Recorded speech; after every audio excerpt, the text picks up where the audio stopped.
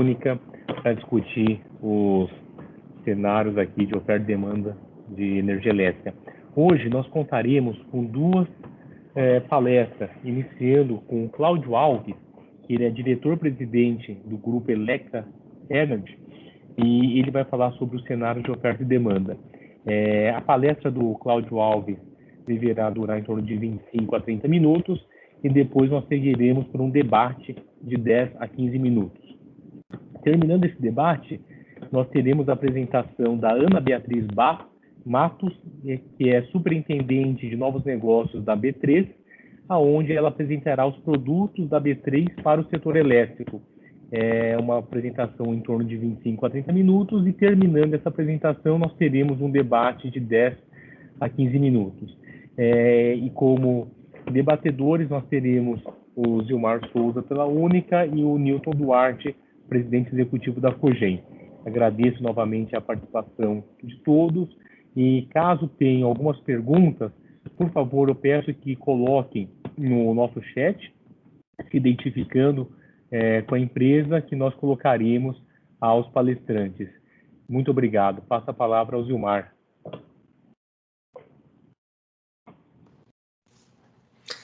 Bom dia a todos. Muito obrigado aí pela presença. Obrigado à Cogem pela parceria, Newton, Leonardo, Diogo, Rose. Muito obrigado por todo o apoio. A ideia nossa, como vocês bem sabem, com esse programa que nós iniciamos há algum tempo, é trazer informações atualizadas para os associados da Cogem, da Única. Eventualmente, ele está sendo de forma virtual, e quando for presencial, será em São Paulo, como tem sido lá na sede, lá no auditório da ABINE, contando com apoio, além da Cogem, da ABINE, da Biogás e da Abracel. Então, tenho a agradecer aos palestrantes, a Electra e a B3. Muito obrigado pelas suas disponibilidades e um ótimo evento a todos. Obrigado, Leonardo.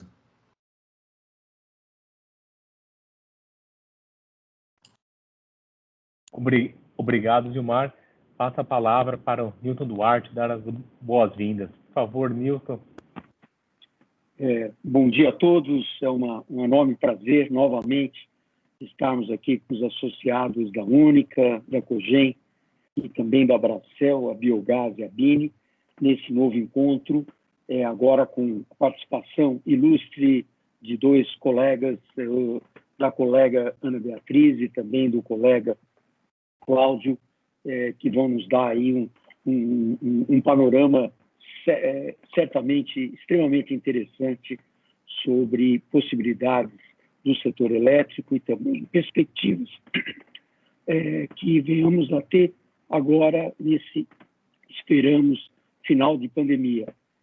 O setor está caminhando cada vez melhor, nós estamos recuperando o consumo de energia paulatinamente e vemos aí perspectivas positivas no sentido de termos um setor elétrico mais sadio, onde todos os stakeholders têm uma participação ativa e positiva, sem os percalços que vivenciamos no primeiro semestre, se Deus quiser, e com saúde de todos. Então, muito obrigado. Eu passo a palavra, então, ao Leonardo, para começarmos com a condução do evento hoje. Obrigado, Leonardo. Muito obrigado, Newton. Então, nesse momento, eu gostaria de convidar o senhor Cláudio Alves para que possa fazer a sua apresentação. Por favor, Cláudio.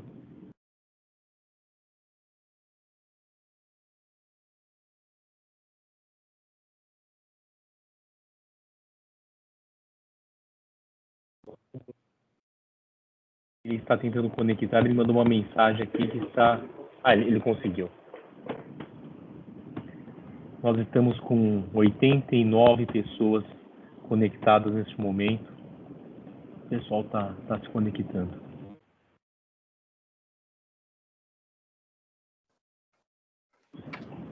Bom dia, tive um probleminha aqui na conexão, mas finalmente deu certo.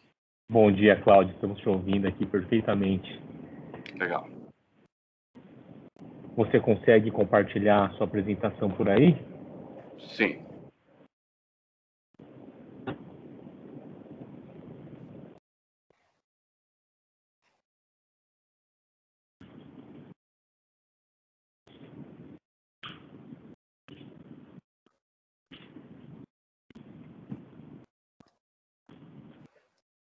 Estão vendo a apresentação? Ainda não.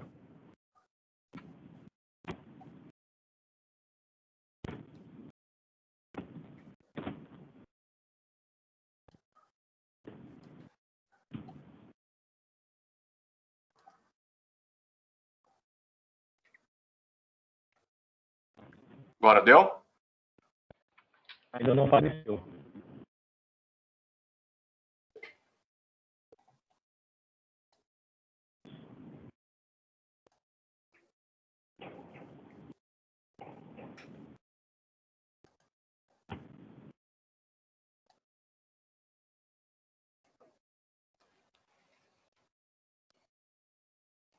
Estão recebendo agora? Ainda não apareceu.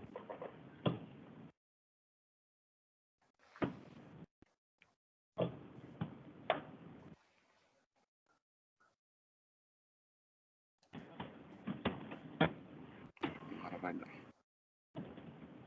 Opa, agora acho que vai.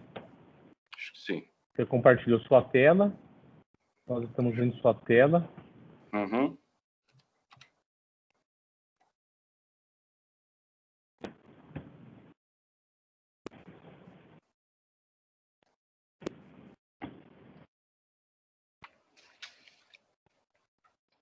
Estão recebendo agora? Deu certo?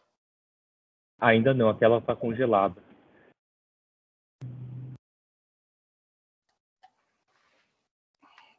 Tá, não.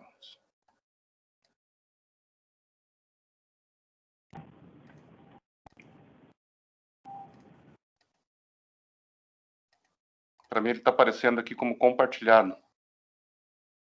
Você conseguiu compartilhar sua tela, mas a apresentação não aparece.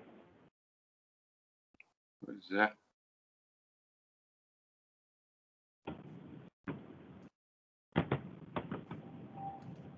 É melhor tentar fechar.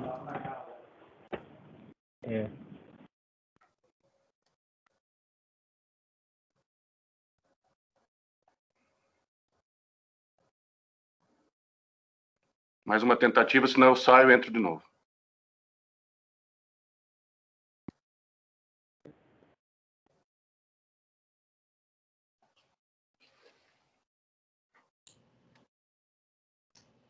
Agora, acho que está indo, hein, Leonardo? Oi, Cláudio. Agora apareceu. Opa, Apareceu. apareceu? Ah, então tá Apareceu. bom. Então tá jóia. Posso dar início? Pode, por favor, Cláudio. Então tá jóia. Bom, primeiramente, bom dia a todos. Mais uma vez, desculpa aí pelos problemas técnicos aqui com o operador. Mas vamos então dar início aqui. A ideia hoje é falar um pouquinho sobre cenários do mercado de energia, uma conversa rápida de uns 20 minutos, 25 minutos, sobre a perspectiva para os próximos anos e para 2021. Também agradecer a Única pelo convite feito à Electra. É sempre uma honra para nós estarmos junto com a Única nos eventos. A Electra, que tem uma história já antiga com a Única, eu trabalhei de forma bastante intensa em 2005, 2006 com o seu Honório, saudoso, Silvestrin, visitando quase todas as usinas no início do programa de bioeletricidade da Única. Então, para nós sempre é uma honra realmente estar presente nesses eventos. Então, a ideia hoje aqui é falar um pouquinho, 2 slides sobre a Electra, falar rapidamente um breve histórico da companhia, a nossa visão do mercado. Na sequência, falar sobre os cenários de expansão, balanço energético de longo prazo, expansão da transmissão em novas fontes e novos produtos de mercado, né? Basicamente, a financiarização do setor, né, na área de comercialização de energia com produtos de swap de modulação, swap de mercado, swap de sazonalização, a gente vai comentar um pouquinho sobre isso. E no final, falar um pouco do curto prazo e 2021, falar um pouco sobre demanda, carga, né, a hidrologia e a climatologia. O que a gente está esperando aí como período úmido, que tipo de cenários hidrológicos está sendo visto pela Electra e, em geral, aí pelo mercado. Bom, falar um pouquinho, então, da Electra. Hoje, o Grupo Electra é dividido, dentro da Electra Comercializadoras, em 2 verticais. A Electra Comercializadora, que, obviamente, tem a função de comercializar a energia. A nossa carteira é basicamente formada por consumidores finais, 87%, 88% da nossa carteira são consumidores finais de energia, e ela trabalha muito como originadora de recebíveis para uma interface com o mercado de capitais, que eu posso comentar um pouquinho. No outro lado, nós temos a Electra Renováveis, que atua mais como uma atividade de geração, que tem a participação nos ativos de geração, seleção, construção, aquisição e gestão, e é uma empresa orientada ao mercado de capitais. Então, a Electra, nós somos autorizados desde 2001, nós somos a 5ª empresa autorizada no setor elétrico, como atividade de comercialização de energia.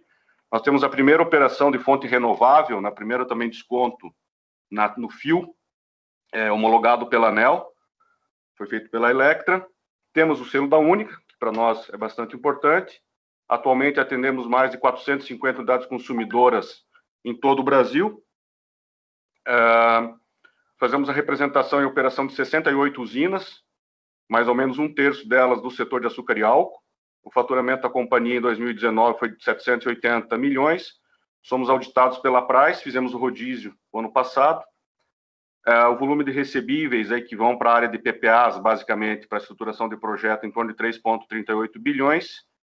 E também somos armazenadores dos RECs, os Renewable Energy Certificated.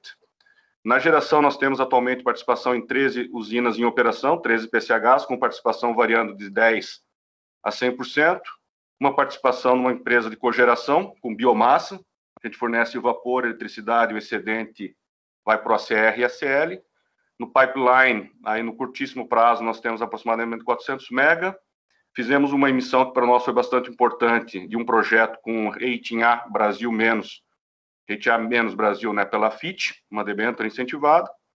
E, basicamente, temos experiência de mais de 21 usinas construídas e colocadas em operação. Falar um pouquinho sobre a nossa visão do mercado.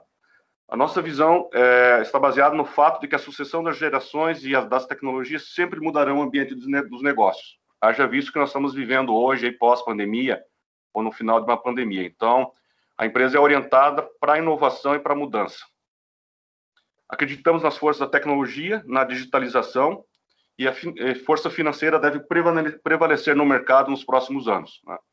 Veja a entrada dos bancos no setor, eu vou falar um pouco mais sobre isso na frente, que acho que tem grandes oportunidades aí para a área de geração. Na visão da Electra, isso é muito bom, tá? A financiação vai dar mais segurança a todas as operações. Obviamente, a Electra apoia a abertura total do mercado, ou seja, até o nível residencial. A gente apoia a padronização definitiva de contratos. Também apoiamos múltiplos ambientes operativos, mais simples e digitais, com múltiplas plataformas, ou seja, o mercado deve operar em múltiplas telas, não necessariamente numa única plataforma, inclusive com a possibilidade de liquidação descentralizada.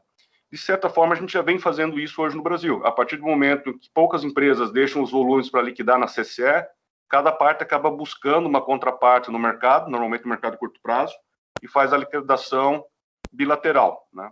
Então, a CCE acaba atuando nesse caso, em particular até por uma questão do GSF, mas como uma liquidante de última instância, né? Mas a liquidação multilateral, na verdade, já corresponde a um percentual bem elevado do mercado, em torno de 85%. Maior orientação das operações no mercado e da financiarização de projetos em mercado de capitais. A gente tem visto, assim, nos últimos anos, nos últimos 2, 3 anos, uma mudança significativa de levantar recursos através das debêntures, basicamente, e outros mecanismos, né? Mas com os recebíveis orientados ao mercado livre, né?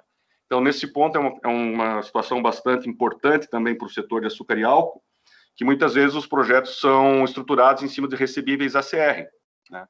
Com uma visão até do mercado financeiro, dos bancos que estruturavam os financiamentos, de que os contratos do ACR apresentariam maior segurança, enfim. Hoje, a visão que a gente, pelo menos parte do mercado tem, é que, em função até do artigo 27, né, o contrato do ACR ele reduz quando há perda de consumidores da distribuidora. Então, num cenário limite, onde 100% do mercado fosse livre, teoricamente, os contratos ACR, que seriam os garantidores, seriam esvaziados, né? Então, por isso, a importância desses mecanismos, ou seja, separação de lastro, potência, outros mecanismos para dar estrutura de longo prazo, né, para os PPAs e para os novos projetos. Outra visão, e é que uma outra defesa que a Electra sempre traz ao mercado, é a maior frequência nos leilões de excedentes da CCE. Hoje são 5 por ano, né? Desculpa, 6 por ano, 2 semestrais e 4 trimestrais. Acho que a frequência poderia ser ampliada. E, por último, a abertura para a contratação dos leilões estruturantes, também para consumidores, geradores e comercializadores. No caso de manutenção de leilões ACRs no futuro, que ele fosse ampliada a possibilidade para todos, né? Maior isonomia ao acesso a essa energia de longo prazo. Bom, falar um pouquinho, então, da expansão, passar por alguns números aqui rapidamente, só para atualizar, hoje, essa aqui é a nossa distribuição da matriz energética, então a biomassa hoje corresponde a 8,4. A gente sabe que existe um potencial gigantesco de ampliação desse segmento aqui, né? A eólica vem colada aqui com 8,6, solar iniciando, tem um crescimento bastante significativo da solar nos próximos anos. Enfim, as demais aqui, a hidráulica dominando a matriz com 65% aproximadamente. Aqui o efeito das projeções da carga, isso vai ser bem importante, com alguns cenários que a gente vai mostrar um pouco à frente. Então, essa foi a projeção média que estava fazendo efeito em 2020 para a questão do Covid, né? Então, nessa projeção aqui, nós podemos ver aqui que, basicamente, a gente corta o consumo lá por meados de 23. Tá? Então, em termos de expansão e sinalização de novos leilões, ou mesmo sinalização de preço de curto prazo, claro, tudo isso vai depender da transição do período úmido. A gente fez um shift na curva de crescimento de consumo de basicamente 1 ano e meio por essa projeção aqui. Mais à frente eu vou comentar o efeito da carga nas últimas 2 semanas, 2, 3 semanas, e o que isso impactou e como que a gente está vendo a trajetória da carga nos próximos meses. Bom, em função disso, já de um excedente estrutural que havia no mercado, essa é uma estimativa hoje do excedente de energia no mercado.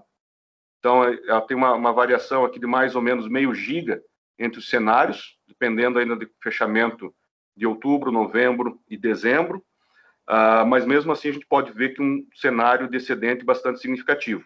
Tá? Começa a diminuir um pouco a partir de 23, em função de um bloco grande de eólica que entra a partir de 2023, já comercializado, né? Foram aquele bloco de eólica que basicamente foi vendido em torno de 25% no ACR, para garantia de conexão e lastro de longo prazo, e os outros 75% dessa energia foi deixada para comercializar no mercado livre. O que a gente está vendo é impacto hoje no mercado de longo prazo, a preços que a gente pode comentar, energia I5, ou seja, energia incentivada sendo vendida no ambiente livre para contratos de 15 anos, com início em 23, na ordem de 130, 128 reais, até menos, dependendo de condições de sazonalização e de flexibilidade. Ou seja, esses volumes grandes de energia a custos menores estão impactando a formação do preço futuro de longo prazo, né? O que aí começa a entrar justamente numa questão estratégica para o país sobre o desenvolvimento de outras fontes, que precisam de preços maiores para serem competitivas, né? Então, que é uma discussão que a gente sempre escuta no setor, se os leilões devem ser separados ainda mais por fonte, deve ser incentivado mais a biomassa, enfim, outras alternativas de geração, né? Porque o custo dessas fontes novas realmente tem vindo com um preço bastante diferente. Um outro comentário bastante pertinente com relação a esse excedente é o custo desse excedente. Tá? Então, claro, nós temos, dentro da nossa matriz, ou da nossa pilha de despacho, nós temos fontes que variam de valores de R$100 a R$800. Né? Então, ok, tem um excedente, mas que custo? Então, boa parte desse excedente, ele, na verdade, é quase que uma reserva técnica a custo alto. Tá? É dessa forma que a gente entende esse excedente no mercado. Mas, de fato, existe um excedente bastante grande. Tanto que nós estamos com uma carga média no ano na faixa de 62 gigawatts, né, médios, por uma capacidade instalada de 170. Então, 160, claro, tem que colocar o fator de capacidade, sazonalização, tudo isso. Mas, mesmo assim, a gente enxerga que tem uma... Para a gente estar produzindo o que é consumido hoje, o nosso fator de capacidade médio da nossa matriz seria 44%, para 170 mil megawatts de capacidade instalada no final de 19, aqui como notícia no site da ANEEL. Para exemplificar essa forte expansão, eu trouxe 2 cenários aqui, o cenário solar fotovoltaico e o cenário eólico. Então, vocês vejam aqui, no cenário, nos eólicos, nós já temos 18 mil mega, 18 giga em operação, enquanto que na solar, no final do ano, estava com 4.273 megawatts contratados. uma parte de uns 20% desse volume entra justamente aqui em 2023. Também com vencimento de contratos aqui em 24. Novos contratos entrando, diminuindo o excedente. Aqui, basicamente, a distribuição. Então, a gente vê aqui a Bahia com quase 6 GB, com 215 empreendimentos, né? Na questão aqui da eólica. E na solar, destaca-se, basicamente, aqui o estado da Bahia, novamente, com 1 GB, praticamente, de potência instalada, de capacidade instalada em solar. Detalhe importante da solar, que sempre a gente discutia a questão do custo índice versus fator de capacidade, e aqui vale a pena algumas reflexões. Por exemplo, vou falar um pouquinho das PCHs. PCHs, a gente trabalha com custo índice hoje em torno de 8,5 milhões por mega, né, instalado. Sempre se falava no fator de capacidade das PCHs em torno de 55%.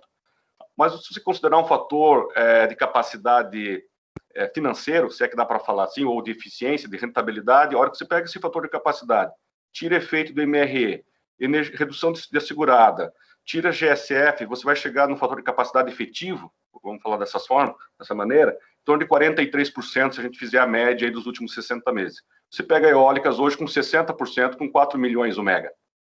Então, eu sempre falo o seguinte, que uma eólica vendendo a 120 é uma PCH vendendo a 240. Tá? E agora, a hora que você fala da solar, vem um fator bem interessante. Com a tecnologia de track, basicamente, o sol, digamos assim, você tem a máxima produtividade da fotocélula estendida. É como se você mantivesse o sol a pina quase 4 horas, em função do movimento da placa, mantendo justamente o sol a 90 graus do plano de absorção. Então, isso eleva o fator de capacidade da solar para em torno de 32%. Claro, dependendo da região, altitude, quanto mais alto, melhor, menor temperatura, maior eficiência da fotocélula. Então, você consegue com um custo de 2.700 o mega instalado, né? Sem várias questões ambientais, enfim. Então, essa é uma discussão bastante importante para o setor, como que será tratado a manutenção estratégica de disponibilidade de diversas fontes na matriz. Senão vão virar um país só de eólica e só de solar, né? Sem falar no incentivo tanto tecnológico, por estar acessível, quanto financeiro hoje de se instalar painéis solares nas residências. O Brasil, como todos sabem, tem a energia mais cara do mundo nas residências, em função, basicamente, de questões tributárias, né? Que o Brasil usa, basicamente, o modelo tributário de energia elétrica, comunicações, combustíveis, enfim, para arrecadação, ICMS. Então, são questões conectadas entre a tributação e o custo, mas para o consumidor final ele enxerga a última linha, quanto ele está pagando. Então, a gente também entende, eu não vou falar muito de GD aqui, um desenvolvimento bastante acentuado nos próximos anos. Houve tanto o vetor econômico quanto tecnológico estão empurrando, digamos, o mercado para residencial para o mercado realmente distribuído, né? O Brasil ainda está com uma legislação muito antiga, a gente não poder comercializar o excedente ou o consumidor residencial não poder ser livre bom, basta ver o ranking no Brasil, no mundo, nesse quesito, né? Estamos na década de 90, 30 anos atrás. A transmissão é outro fator bastante importante desse cenário de longo prazo. Por quê? Se a gente olhar aqui, só em 2023, tá? Em 22, 8.874, e chegando em final de 2023, com recebimento entre a interligação Nordeste e Sudeste de aproximadamente 10 GB, tá? E com exportação de 13,3 GB. Então, o trabalho, digamos assim, a lição de casa foi feito na conexão, apesar de alguns problemas com empresas de transmissão no interior do Nordeste, mas, basicamente, quem olha a foto da interligação, tanto a macro interligação quanto a interligação interna do submercado Nordeste, a evolução nos últimos anos, é espantosa, né? Então, o que mostra que realmente o setor de transmissão de energia ele fez a lição de casa, como eu sempre comento aqui. Então, essa expansão vai permitir basicamente a eliminação de restrições de submercado entre o Sudeste e o Nordeste. Para essa frente, eu vou mostrar bem rapidamente a diferença de projeção de preço de submercados, e a gente vai ver que, em função dessa conexão, as probabilidades e diferenças maiores do que R$20 ou R$12 por megawatt-hora, praticamente acima de 95%. Né? Então, 95% é abaixo de R$6, R$7 para os próximos anos. Então, tendo capacidade de escoamento para o consumo, né, para o Sudeste, Interligação também entre o Norte e o Nordeste, que vai favorecer muito o fluxo de disponibilidade durante o período sazonal de Belo Monte, Tucuruí, enfim, outros ramais, né, que estão sendo projetados, também com entrada em 23. Então, aqui nós temos mais 7 giga, né, 7.000 megawatts de interligação entre o Norte e o Nordeste. Então, a hora que a gente soma a expansão que está vindo de geração, nesse momento, basicamente, eólica e solar, a expansão que nós estamos tendo de rede de transmissão, nós estamos falando aqui de 13 mais 7 de lateral, aqui entre o Nordeste e o Norte, né? Quase 17 GB de exportação, e com um ajuste na carga, que essa é a grande questão hoje, gera uma disponibilidade e uns cenários de preço em cenários hidrológicos médios bastante reduzidos nos próximos 2 ou 3 anos. Aqui, então, a diferença de preço submercados e swap é justamente a média simulada, já considerando as novas interligações, usando o modelo do New Wave, no cenário de 2.000 séries hidrológicas. Então, aqui está o P90 e o P10. Você veja, vamos pegar, e a média, né? Vamos pegar o P90, que seria o caso mais extremo. Desculpa, o P10, né? Cobrindo 90% da série amostral. Em poucos casos, nós temos valores assim, apenas um caso, em 2000, acima de R$60 o megawatt-hora de diferença. E apenas no mês de janeiro. Né? Quando a gente vai para o segundo semestre, que o efeito já da geração hidráulica já passou e entra, basicamente, aqui o comportamento eólico, nós, basicamente, não temos diferenças de preço submercado.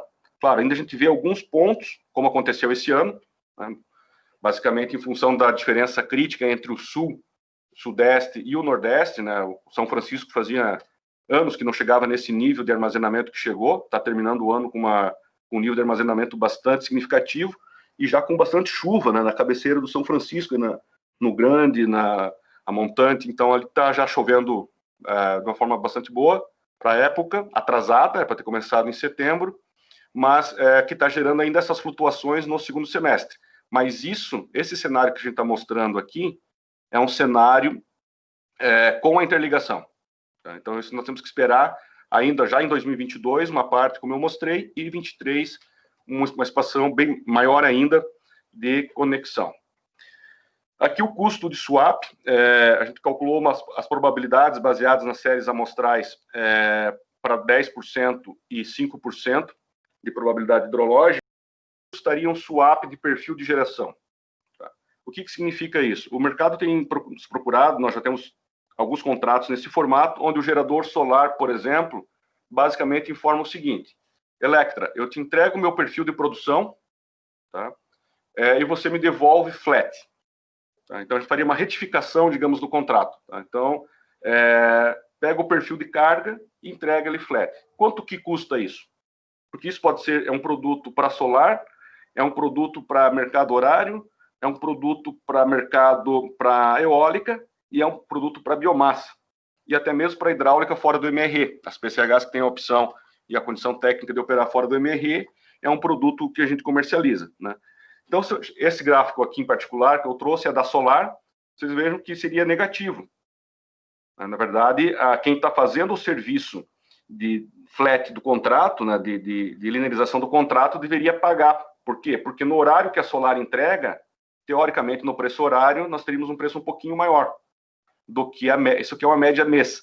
Né? Então, teria um preço um pouquinho maior. Claro, como essa operação tem risco, não é quem está fazendo o serviço de linearização do contrato que paga, e sim é o gerador. Né? Então, mas isso eu trouxe para ilustrar que transformar um contrato totalmente conforme perfil de geração ou sazonal, inclusive na entre-safra, não é um produto hoje tão caro.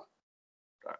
Ou seja, por exemplo, um gerador de biomassa, ele vai entregar um perfil de acordo com a sua produção, certo? Com 0 no mês de janeiro, 0 em fevereiro, por exemplo, e vai em novembro, enfim, período que for entre safra. Hoje as tecnologias estão mudando e cada empresa tem um perfil de geração de biomassa e vai receber o mesmo volume de energia mensal de forma flat. E aí o gerador vai e comercializa um contrato flat no mercado da forma que ele quiser. Então, ou para quem ele quiser.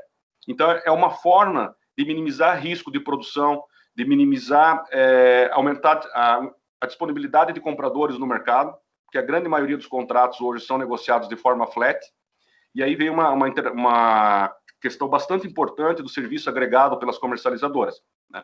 As comercializadoras hoje, elas operam basicamente, é uma operadora de caixa. Ela modula as disponibilidades, de vez em um reservatório, ou bagaço, ou radiação solar, ou vento, ela modula por caixa as operações. E ela começa a trazer vantagens para o setor como um regulador de fluxos financeiros. Então, ela tira o risco de produção, de sazonalização de um gerador. Esse risco vem para uma comercializadora, que no caso da Electra tem um perfil de consumo e uma carteira que absorve essas flutuações, presta um serviço, gera resultado e aumenta a segurança do sistema do ponto de vista financeiro. Então, esse tipo de produto é um produto que a gente está vendo com bastante procura no mercado nos últimos 6, 7 meses, aí quando se definiu de fato a entrada também do preço horário. Tá? Então, esse aqui é um custo típico de um swap, considerando submercado mais preço horário na solar. Tá? Existe um gráfico desse para eólica, esse gráfico muda toda semana, quase todo dia. Existe um gráfico desse para biomassa e assim por diante. Então, esse é um tipo de produto que talvez possa vir a se desenvolver com bastante velocidade nos próximos anos. Bom, vou falar um pouquinho da carga e do curto prazo em 21. Basicamente, aqui esses gráficos comparam semana a semana 2019 em laranja e 2020, tá? Em azul. Então, logo a gente observa aqui na segunda quinzena de março a queda brusca que nós tivemos no consumo, né? Em termos médios, como que nós estamos hoje? O ano passado, o Brasil consumiu 64.593 megawatts médios, fonte do ONS. Tá? Dependendo da fonte, isso muda um pouquinho, dependendo se está com perdas, sem perdas, se considera geração interna, 64.593 megawatts médios. Quanto que nós estamos consumindo até hoje? Nós estamos em 2020, 62.473. Ou seja, nós temos uma diferença ainda hoje aqui na ordem de 2 gigamédios. 2 gigamédios, se a gente considerar um fator de capacidade de 55%, isso equivale a novas usinas que, teoricamente, podem ser deslocadas, tanto que esse ano deslocada a implantação, tanto que em 2020 não teremos, não tivemos e não teremos leilão, de aproximadamente 4 gigas. Tá? Então, esse é o efeito real medido até a data de ontem. Tá? Então, esses números foram atualizados ontem, do consumo de 2020. Né? Para se ter uma ideia de grandeza desse número, ele equivale a aproximadamente 56% da produção do setor de biomassa em 2008. Essa informação eu peguei no site da própria Única. Okay? Aqui, olhando o mesmo gráfico de outra forma, aqui laranja está como 2020 e azul 2019. A gente vê o impacto aqui, né? Aqui a forte aceleração nas últimas semanas, em função da temperatura. Nós tivemos uma elevação bastante significativa. Em alguns dias, comparado com 2019, nós tivemos 16%, 17% no dia. Também dá para ver aqui esse efeito. Então, bastante significativo. Mas no acumulado, nós ainda estamos abaixo. Aqui seria zero. Essa curva é a curva acumulada, digamos, a integral acumulada. Ela vai mostrando que no primeiro dia do ano, 2019 já saiu abaixo. Ela subiu, baixou, e aqui quando estava começando a recuperação, veio o efeito do Covid, e nós estamos ainda aqui com os 2.120 megawatts médios, ou quase 4 GB de potência abaixo de 2019. Olhando dia a dia, esse mesmo gráfico aqui, esse é o efeito. Abaixo, abaixo, acima, baixo, e aqui o efeito do Covid, e aqui o efeito da temperatura nos últimos dias. Agora a gente vem mantendo, nos últimos 4, 5 dias, aí, na ordem de 3, 2,5, 3 giga médios, maior que 2019. Então, esse é o efeito da demanda. Então, o que a gente viu até aqui? Nós falamos um pouco sobre o cenário de expansão, da entrada de fontes, esses números que eu comentei de preço de 125, são números públicos de comercialização de energia de longo prazo, fora os leilões, né? Que a gente viu leilões de expansão a R$90, R$87 o mega. Então, nós temos fontes entrando, temos excedente, temos o efeito da carga, temos uma expansão da linha. Tá? Então, isso está levando aos seguintes cenários. Tá? Bom, o que falta qual é o ingrediente? Falta hidrologia. Tá? E a hidrologia, ela é 64%. Então, ela é o peso fundamental. Então, eu comento assim, né? A gente teve todos os parâmetros aí para visualizar possíveis cenários do mercado, oferta, carga, grid, mas o mais importante é a hidrologia. Então, pode ter muita rede, pode ter muita potência, mas se não tiver água, se não tiver a biomassa, se não tiver o combustível, não vai rodar, né? Então, a transição do período úmido de 2020 para 2021, ele vai ser totalmente, obviamente, decisivo para a formação de preço de 2021 e 2022. E nós estamos vivendo bem esse período de transição. Essa semana, as últimas 2 semanas, com a sinalização dos modelos meteorológicos, dos assembles, que vão começar a trazer a chuva, é a grande expectativa e a aposta do mercado. Tanto que a gente está vendo flutuações aí no mercado de curto prazo bastante significativa. Novembro comercializado acima de R$300 o mega, né? Enquanto que, se a gente voltar 2 meses atrás, era vendido a 100, 120, 130 reais esse mesmo contrato. Nós tivemos um leilão de excedente de distribuidora recentemente, onde 2021 inteiro foi vendido a 135 reais, né? Ainda energia I0, que a gente pode swapar por fonte, fazer swap de fonte. Então, a hidrologia vai ser, mais uma vez, como sempre, né, o fiel da balança aqui para decidir. Não vou passar pelo armazenamento por submercados, isso acho que todo mundo acompanha, eu vou falar apenas do armazenamento geral do sistema.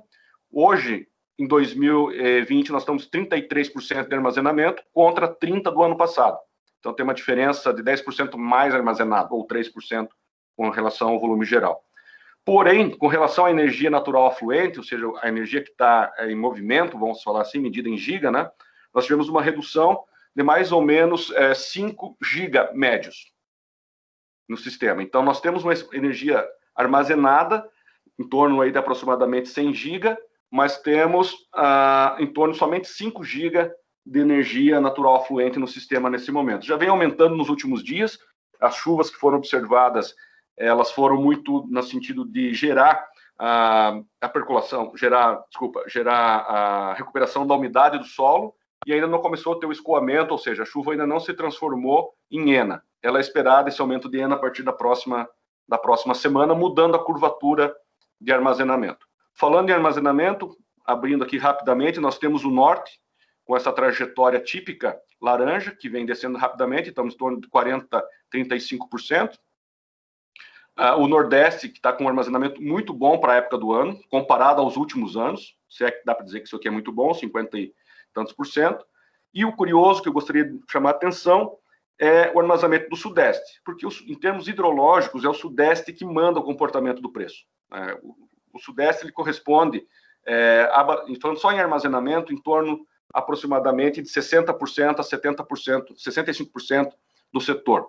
Certo? Então, a chuva no Sudeste, de certa forma, é o que importa. Claro, agora com as conexões, tudo isso muda muito com as interligações, né? Porque pode não chover aqui, mas como você tem linha de transmissão, chovendo no Norte, ventando no Nordeste, você tem maior mobilidade de equilíbrio, né? E condições de entrega para atendimento, para suprimento da carga. Essas 2 curvas aqui vale a pena comentar. Essa curva vermelha é a média dos últimos 5 anos, de como que ficou o armazenamento, e a verde é a vista, é a realizada esse ano.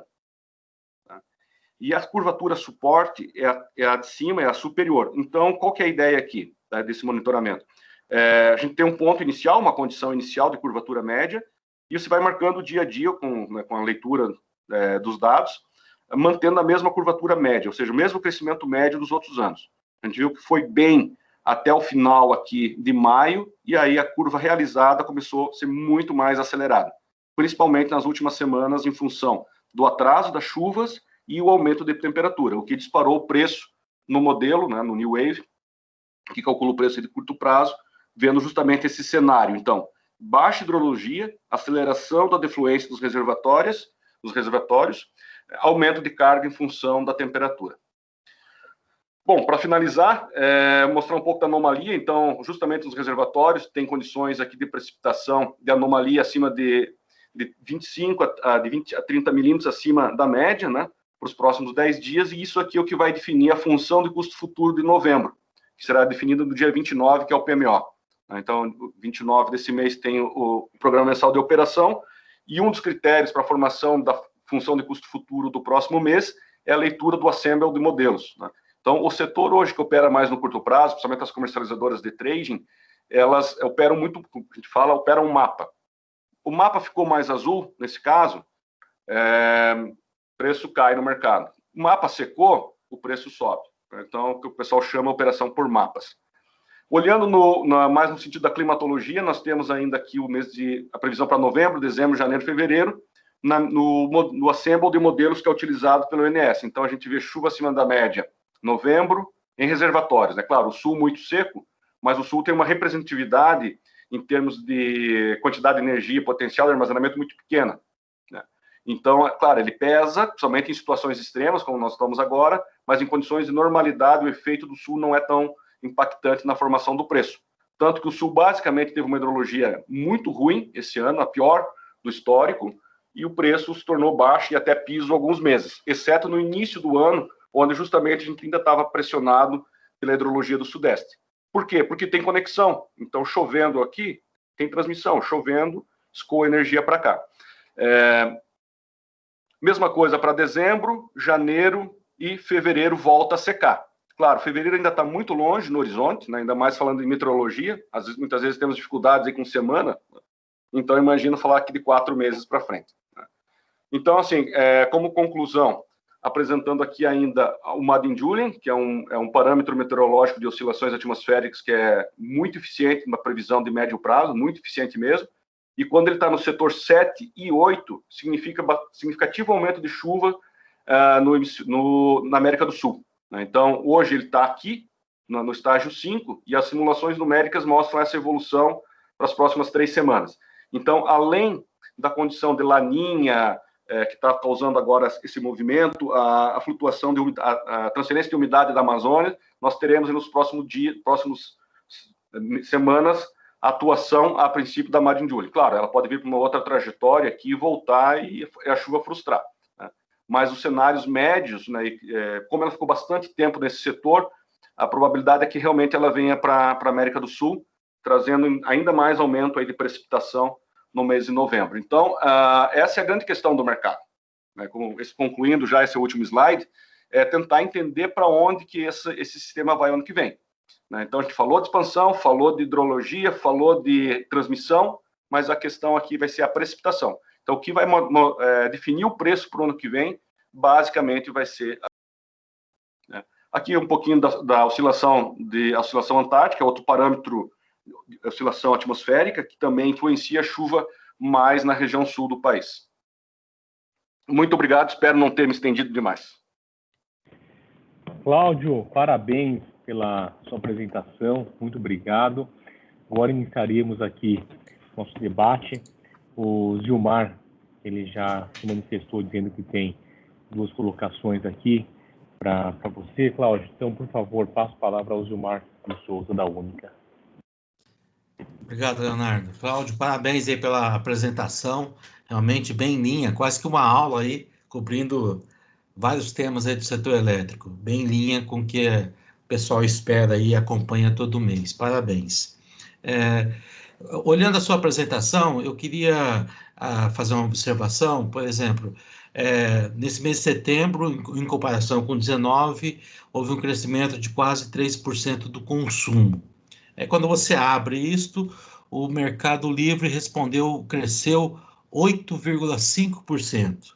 E quando você abre isto, a migração foi responsável, o impacto, né, da migração foi responsável por 5% desse crescimento em comparação a setembro de 19.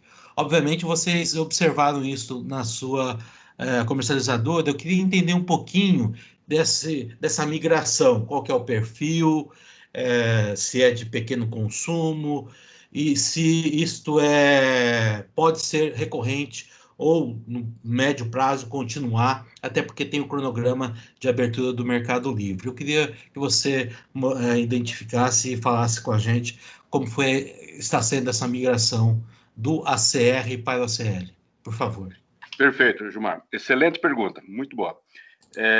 Bom, primeira observação assim, que a gente vê, a primeira leitura que a gente faz, como você bem pontuou, desses 8%, 5% foi migração de mercado livre. Ou seja, se aumentou 5%, em condições normais, se a carga tivesse ficado constante, esses 5% teriam... deixa eu colocar a câmera aqui. Esses 5% teriam reduzido no ACR. Então, portanto, nós tivemos um equilíbrio. Na verdade, foi uma transferência de consumo. Então, se você tirar o efeito de migração, que saiu do cativo e criou um aumento no livre, nós ficaríamos 3% em 2019 e 3% em 2020. Então, esse crescimento ele é feito mais por uma transferência de portfólio, de carteira, que é uma tendência, já emendando aí na sua pergunta, né? É uma tendência. Assim, a expectativa da Electra é de um crescimento continuado, né? Hoje, as novas, eu sempre comento que as comercializadoras são as novas distribuidoras, né? O mercado mudou muito, a virtualização da área de entrega é um conceito hoje virtual, né? Porque você tem, no nosso caso, nós atendemos 72 municípios em parte do Rio Grande do Sul e atendemos outros 85 municípios no Nordeste, através de leilões. Então, essa diferença faz com que as comercializadoras passem, de fato, a atuar como distribuidoras, no sentido virtual, não da distribuidora física, né? E a própria distribuidora física, a gente vê com os leilões de transmissão, leilão de subestação, inclusive tem um grande leilão agora, no mês de dezembro, mais um leilão grande de transmissão e distribuição, que a própria atividade de distribuição também está se fragmentando, né? É como assim, quando o meio ambiente muda, o mamute desaparece, o iceberg se fraciona, e é isso que a gente vê. Se você olhar dentro de uma área de distribuição, não vou citar o nome de uma distribuidora, mas de uma X distribuidora, essa subestação aqui é da outra empresa, essa linha é da outra, e isso aconteceu em todo mundo, né, onde nós estamos mais avançados. Eu acho que com relação à questão da migração, tem um limite, né, tem um limite de viabilidade, tem um limite talvez de crédito, que é uma discussão bastante importante que o mercado está fazendo agora, que é quem vai assumir o consumidor que não tem crédito, digamos, ou um consumidor que apresente risco, né, ou a comercialização de última instância, como se fala no mercado. Então, existem essas questões ainda para abertura maior do mercado. A questão tecnológica hoje de medição e transferência de dados, que para estar no Mercado Livre, obviamente, teria que estar um sistema digitalizado, ainda é uma barreira, né? A gente fez uma estimativa comparando com esse processo em outros países, particularmente na Espanha, considerando o número de unidades consumidoras na Espanha, o número de unidades consumidoras no Brasil. Fazendo na velocidade com que a Espanha fez, nós levaríamos aproximadamente 16 anos, depois que permitir. Porque tem uma limitação física, tem que visitar casa por casa, tem que mudar o relógio. Claro, tem essas parcerias com TV a cabo, tem essa questão da telefonia entrando para fazer o serviço de telemedição, aproveitando que ela já está mudando lá o medidor, o relógio, lá a internet, enfim, ela já vai fazer o acoplamento com o relógio de energia, e isso vai facilitar a abertura do mercado residencial. Então, o mercado todo, eu acho que a economia brasileira precisa que o mercado residencial seja livre. Significa uma injeção de capital, de disponibilidade de recurso na mão do cidadão que hoje vai para pagar a conta, né, de energia, que ele vai comprar outras coisas. Ele vai acelerar a economia, né? Então, nós estamos falando aí de uma injeção de recursos na economia, se esse recurso for reinvestido de outra forma pelas pessoas, na ordem aí de 50 bilhões de reais ano. Então, é um valor bastante significativo que a gente precisa criar essa modernização no Brasil. Mas eu queria pegar mais um ponto na tua pergunta, que você comentou a questão da abertura dos limites de entrega, né? A questão é de baixar os limites, enfim. Tem um fato bastante surpreendente, positivo para o setor de açúcar e álcool nisso. Nós estávamos esperando, na Electra, que boa parte dos consumidores que compravam energia incentivada, energia I5, passasse a comprar energia convencional. E não aconteceu. Aconteceu em parte, mas eu diria assim, dos 100% que estavam no mercado potencial, talvez 20% fez esse movimento. 80% se manteve na incentivada. Por quê? Essa é a grande pergunta, né? O porquê. E aí vem um detalhe. Vocês sabem bem, o mercado meio que padronizou o custo, a diferença entre a incentivada e a convencional no mercado de longo prazo, no que se chama do TRU, a tarifa de referência de uso, o famoso R$ 35 por megawatt-hora. A questão é que hoje, R$ 35 por megawatt-hora é bem menos que 50% da demanda média de um consumidor quando calculado em reais por megawatt-hora. Quando você pega os reais por quilowatts de uma indústria, ponta e fora de ponta, tarifa de uso, e transforma ela em reais por megawatt-hora, ela fica maior, ela fica em torno de 42, 43. Por isso que mesmo a indústria que sabe fazer a conta e que faz bem a conta, ela vê que não há vantagem na mudança, não nesse nível de TRU. Ou seja, o spread de tipo ele fica maior, né? Ou o swap de tipo, o prêmio teria que ser um pouco maior. Tanto que nos últimos meses já vem acontecendo isso, a gente viu aí um aumento médio no fio no mercado em torno de 45, 47, 48 reais o megawatt-hora. No último mês, acho que até um pouquinho mais, salvo engano, o mês de setembro fechou perto de 50 reais o megawatt-hora da tarifa fio. Então, apesar de ele poder, é muito mais interessante pelo desconto que ele tem na demanda, que é cara, ele acabar utilizando a incentivada. Então, a abertura foi feita, mas a indústria não respondeu ainda migrando para convencional. Entendi. Obrigado. Eu tenho pelo menos mais uma pergunta, mas tem várias aí na fila, então vou deixar o público perguntar. Parabéns, Cláudio, pela apresentação. Obrigado. Obrigado, Cláudio. Obrigado, Gilmar. Ricardo Suassuna, diretor da Matrix, gostaria de fazer uma colocação aqui. Então, por favor, Suassuna.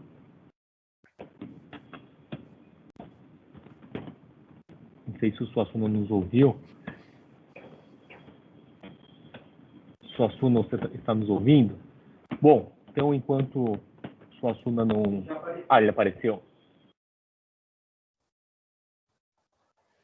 Suassuna, por favor. Acho que deve ter dado algum problema aqui na conexão dele. Deixa eu colocar uma outra questão enquanto isso.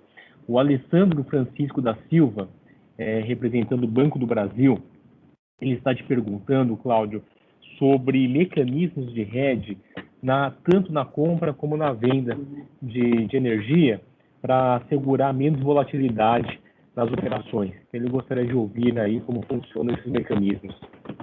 Uhum. Bom, assim, o mecanismo mais conhecido e simples e usual em mercados padronizados são os mecanismos de opções, tanto de compra quanto de venda, né? As estratégias cruzadas de opções são as mais usuais na questão de travamento de risco. Tá? Todos os modelos que trabalham com o mercado de opções hoje, com base em simulação de Monte Carlo, tipo modelo de Black-Scholes, ou mesmo em séries sintéticas, usando modelos do New Wave para tentar fazer o preço das opções, os derivativos, no modelo brasileiro, a hora que se aplica a volatilidade que o mercado tem, o prêmio médio, dependendo, claro, do produto, quero dizer, o mês, o ano, do período em que está buscando a trava da operação, ele acaba ficando muito caro. Ele fica quase 1/3 do valor do produto. Então, é um prêmio muito caro, os derivativos de energia elétrica no modelo brasileiro atual. Basicamente, em função das incertezas hidrológicas e do componente estocástico da nossa formação de preço, né? Do componente probabilístico aí associado à hidrologia. Então, se você rodar um preço de simulação de opções, um derivativo de venda ou uma opção de compra para 2021, num conjunto de séries sintéticas, usando uma modelagem de Monte Carlo, adaptada para o setor, você vai chegar num prêmio de energia de R$60 o megawatt-hora. Então, a grande questão hoje, para responder essa pergunta via modelos de hedge derivativos, com derivativos, quem pagaria R$60 para travar um preço a 200? É muito caro. Tá? Agora, pagar R$60 para travar um preço a 100 e talvez a R$90, hoje sim, nas últimas semanas, né? Mas se a gente voltar a 2 meses atrás, pagar R$30 para travar um preço a 130 seria muito caro. Né? Tanto que você não encontra essa contraparte no mercado. Os mecanismos de registro de opções e derivativos existem, então a Electra já registrou alguns derivativos na B3, né, para derivativos de entrada em operação, para garantir, em caso de atraso em entrada em operação, se garante determinado preço. Em caso de antecipação, você já tem um preço também já negociado com o gerador. Então, esse tipo de hedge, ele é mais simples de ser precificado, porque você tem uma estimativa, sabe o ano e você compra o produto no mercado. Agora, quando você quer fazer uma trava de preço para o ano de 2021, por exemplo, ou 2022, é aquela velha história. Às vezes o molho vai ficar mais caro que o peixe. você vai pagar pela opção sei lá, R$60 para travar 190. Não faz sentido, porque 190 já está lá no limite, né, superior da distribuição. Você estaria cobrindo 99,9% de probabilidade. Entendi, Cláudio. Obrigado pela resposta, muito elucidativo. Realmente pagar um terço aí de prêmio para travar uma operação tem que pesar muito. Acredito aí que com a apresentação depois da Ana Beatriz Matos, dos produtos da B3, talvez isso aí possa aumentar as ferramentas para fazer mais hedge e com isso tender a preços um pouco menores. O Suassuna resolveu o problema de conexão? Então, por favor, Suassuna. Obrigado, Léo. Na realidade, você estava me bloqueando, não era a minha conexão. Você não me passou o som, então estava impossibilitado. Problemas operacionais resolvidos. Primeiro, parabéns, Cláudio. Muito boa, excelente tua apresentação, né, elevando bastante o nível das apresentações aqui realizadas nesse encontro da Única com a Cogen. E eu queria abordar uma questão contigo, Cláudio, o seguinte: a interligação, a capacidade da interligação do submercado Nordeste para o Sudeste, né? Apesar de nós termos previstas, quer dizer, já em andamento essas expansões para 23 e uma segunda expansão no horizonte de 2026, mas não só compete a sobregeração, o excedente de geração do Nordeste, mas essa entrada, essa interconexão, ela passa pelo norte de Minas. E o polo do norte de Minas, principalmente o nordeste de Minas, ele é um polo de desenvolvimento da fonte fotovoltaica, né? E que ela tem crescido bastante, não só com a parte centralizada, mas também com a GD remota. Quando você fez essas análises do aumento dessa interligação no horizonte 2023, esse aumento ele não vai estar, vamos assim dizer, disponível totalmente para a exportação do Nordeste para o Sudeste, porque quando ele chega na fronteira, quando ele entra em Minas, ele estrangula por conta também competindo com a geração naquela região. Você chegou a fazer essa análise do que tem de projetos ali no Nordeste de Minas, competindo com o ramal da interligação descendo para o Sudeste? Obrigado pela pergunta, Suassuna. Prazer em falar contigo. Então, assim, nós consideramos o efeito da GD, a gente sabe do corredor do mercado, conhece a estratégia do corredor solar, né, aí no norte de Minas, tanto em GD, né, a força que está desenvolvendo. No balanço energético final, nós consideramos o impacto de crescimento da GD no Brasil no horizonte até 2030, 2025.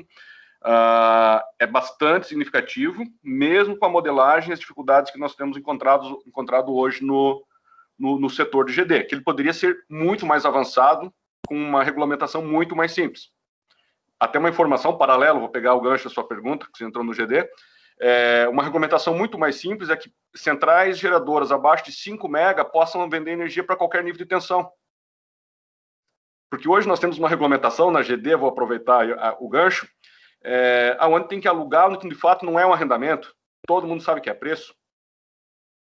Cria-se dificuldades e fora do Brasil, as distribuidoras foram as primeiras a fazer os negócios em GD. Tanto que basicamente todo o grid, os ativos de distribuição é deles. No Brasil, eles ficaram com receio, não sei qual foi a visão, né?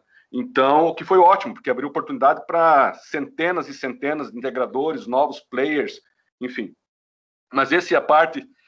Então, em termos de balanço energético e cenário, sim, nós consideramos a expansão. Com relação à rede de transmissão, focando na tua pergunta, sim, mas com a seguinte suposição, de que toda a interligação interna da região norte-nordeste de Minas com a Bahia, né, com esse corredor solar, ele está em subtransmissão. Então, ele foi considerado como se injetando em subestações que são receptoras, mas que os grandes ramais têm conexão, como o Rio de Janeiro, São Paulo, mas foi considerado, está dentro do fluxo de potência. Inclusive os projetos para ACL de fotovoltaica, porque também são projetos bem representativos, né, naquela região, inclusive em regime de autoprodução e etc. Mas tem muita coisa a ponto de agora não ter mais capacidade de conexão, né, para buscar a conexão nas redes. Aquela demanda ali, principalmente por conta do incentivo da região de abrangência da Sudene, né? Uhum. A gente foi até onde nós tivemos informações públicas, né?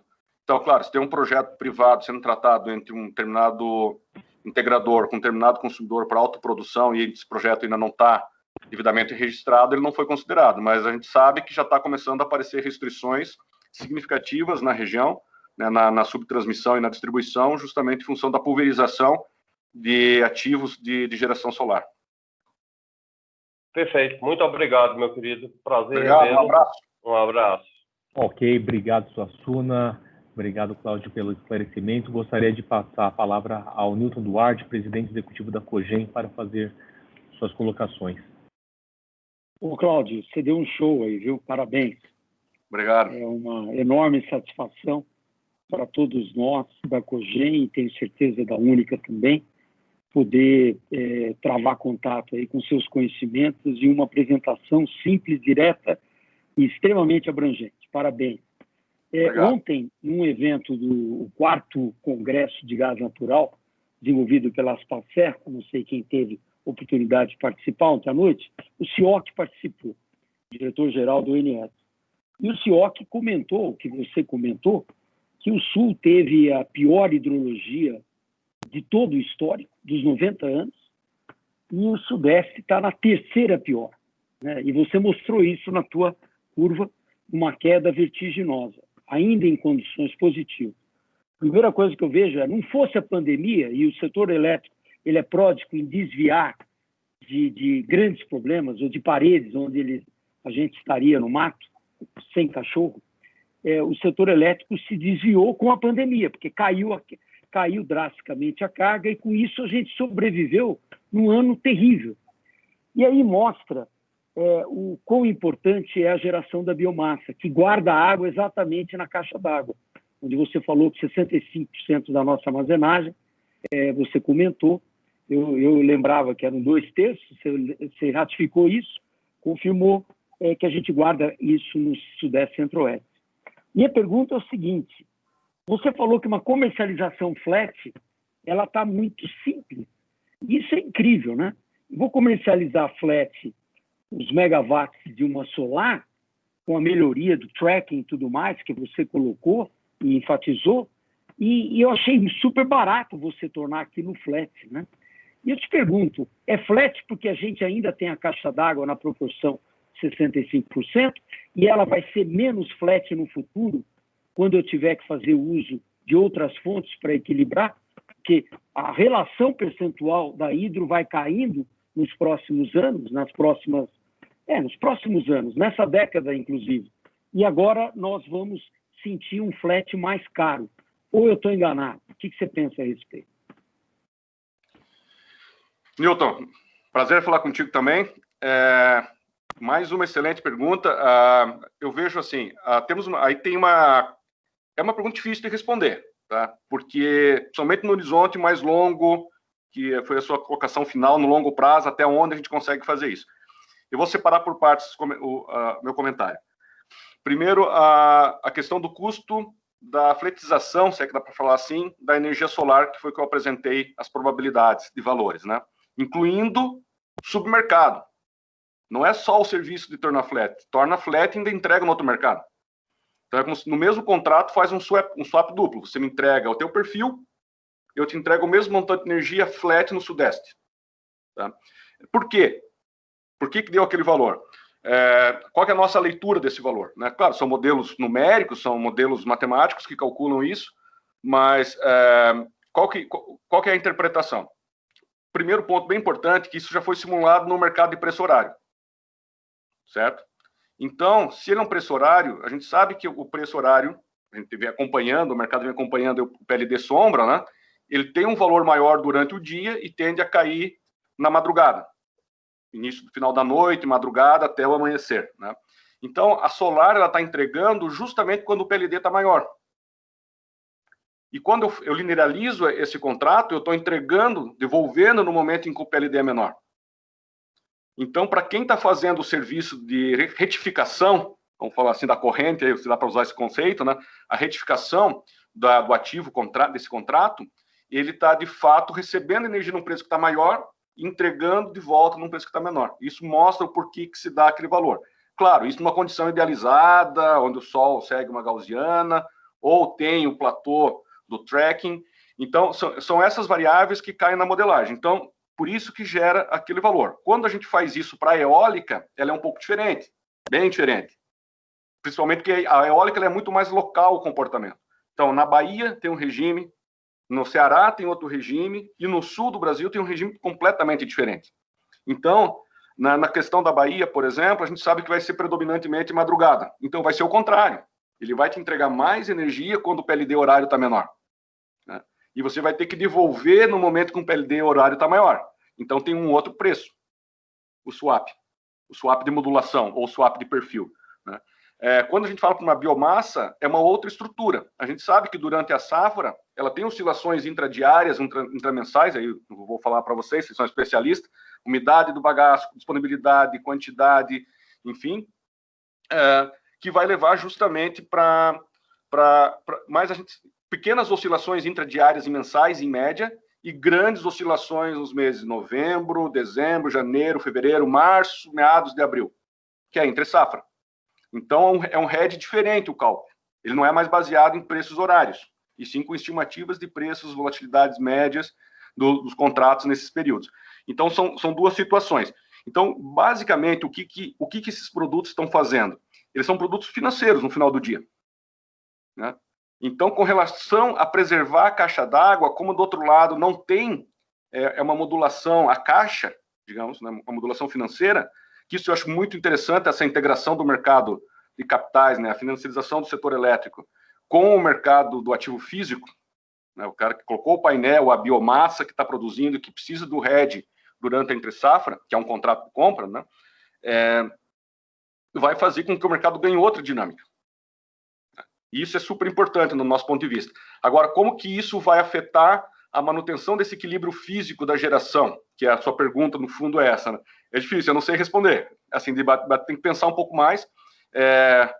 Eu acredito que talvez uma resposta seja dando maior segurança operativa para o operador, para o proprietário, lá para o empreendedor do ativo, né?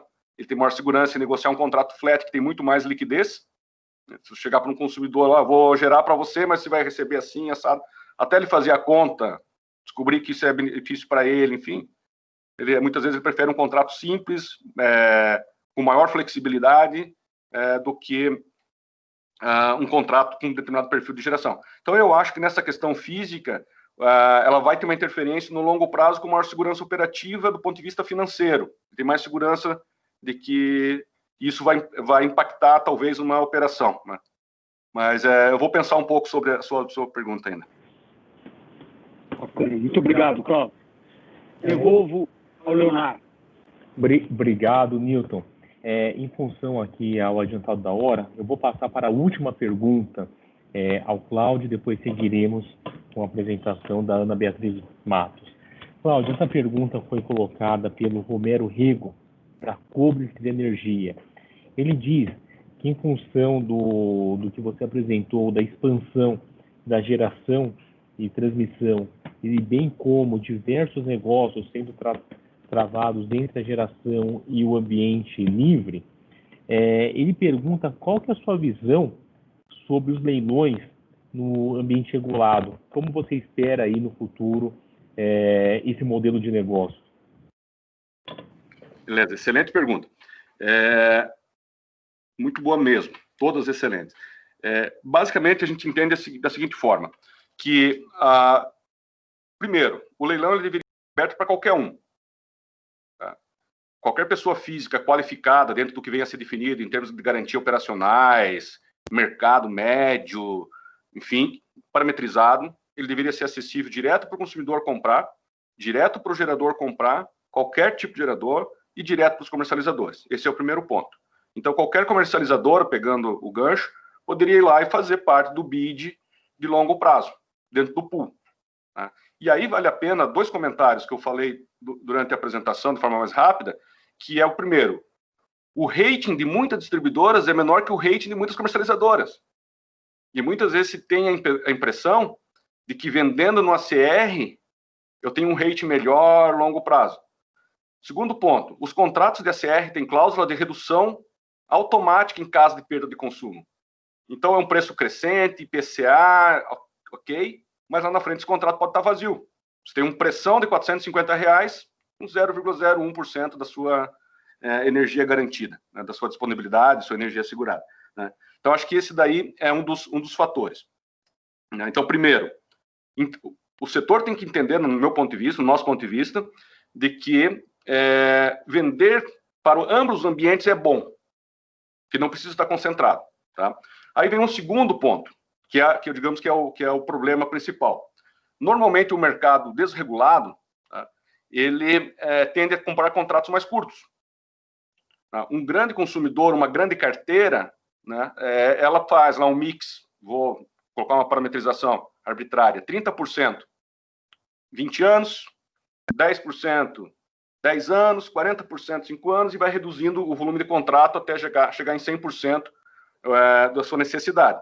E muitas vezes 15 anos, ou o duration médio desse portfólio, não é suficiente para lastrear uma emissão, que vai dar garantia para o empreendedor construir o ativo. Né? Então, a gente começa a entrar num dilema. Ok, eu abro para todo mundo, mas nem todo mundo quer o contrato a longo prazo. Porque a visão inicial desse modelo, que já está praticamente ultrapassado, né, dos leilões, era que teria garantia de longo prazo para ter financiamento. Né? Além do resultado, enfim, indexado da IGPM, IPCA, desculpa, e outras questões. Né?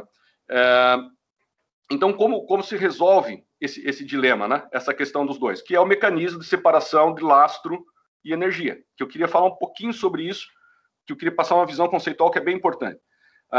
Quando se fala em separar energia e lastro,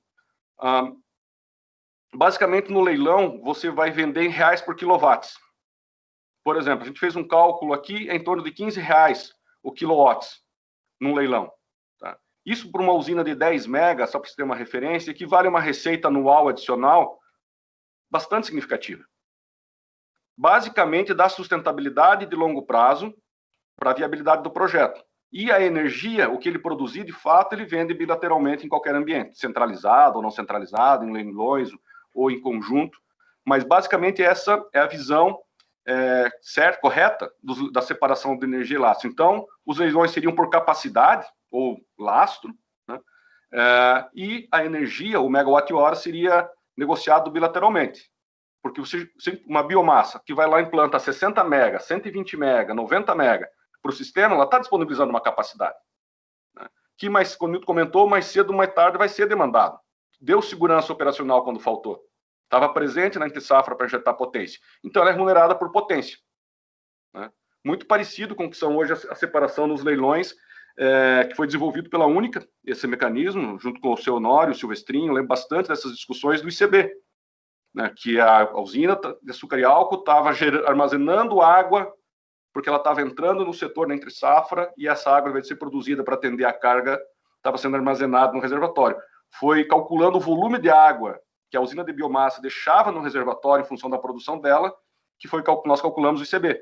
Né? Então, os leilões, resumindo a pergunta, primeiro, a separação de lastro e energia, nesse conceito de leilões de capacidade, e o governo federal não compra mais energia, o governo federal, os leilões centrais, e a capacidade ela é rateada para todos dentro da tarifa de uso, todos os consumidores pagam, e cada gerador vai negociar livremente o seu megawatt-hora.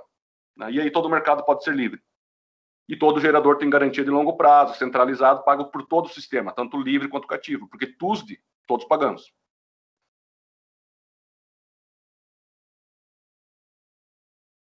Perfeito.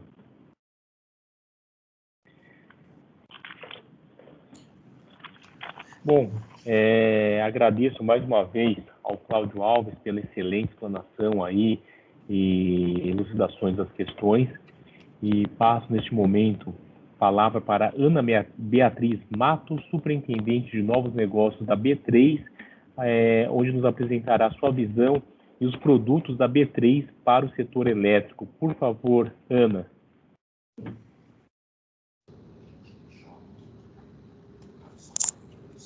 Oi. Olá, tudo bem? Acho que estão me escutando, tudo bom, né? Ana? Tudo bem, Ana. Antes de mais nada, eu queria muito agradecer ao convite. É um prazer para a B3 apresentar os nossos projetos aqui. Vamos ao trabalho mais difícil, que é fazer a apresentação funcionar.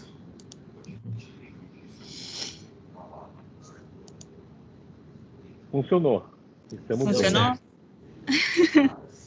Vocês veem a tela certa. Vimos sim.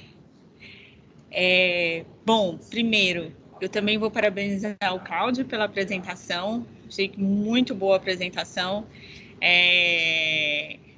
Para quem não é aí originária do mundo de energia, ficou muito claro as características do setor, não só as físicas como as regulatórias, e como que elas se conversam, né? E eu acho que isso é muito importante para a gente aqui da B3, porque o nosso objetivo aqui é criar, né, como produtos, principalmente para vocês, instrumentos e serviços que vão facilitar aí a gestão exatamente dessas características que o Cláudio estava falando aí. Então, eu vou, às vezes, comentar algumas coisas que ele falou para tentar contextualizar os produtos que a gente está produzindo aqui na B3, que a gente está construindo aqui, tá? A gente divide nossos produtos em duas grandes frentes. Uma frente é a que a gente chama de frente de infraestrutura para o mercado físico de energia. São produtos atrelados a esse mercado, ao mercado com entrega física, né?